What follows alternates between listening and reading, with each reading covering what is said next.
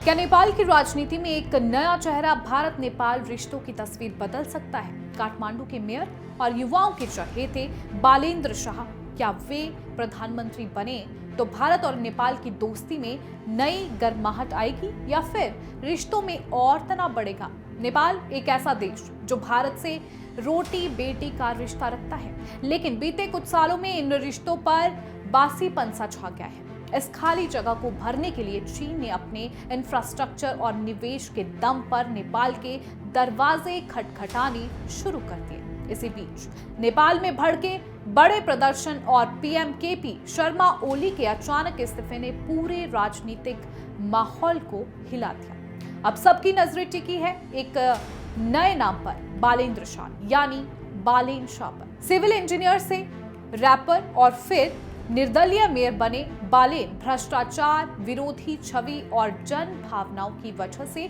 युवाओं के हीरो बन चुके हैं, खासकर जेन ज़ी, जिसने हालिया विरोध प्रदर्शनों को नेतृत्व दिया।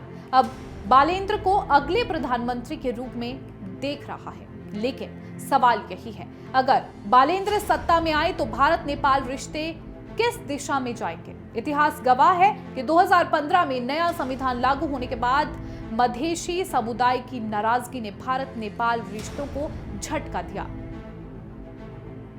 भारत की सख्ती को नेपाल ने हस्तक्षेप माना और तभी से असंतोष की चिंगारी जल उठी। यही मौका चीन ने भुनाया और सड़कों, ऊर्जा और कर्ज के दम पर नेपाल में अपनी पकड़ मजबूत कर ली।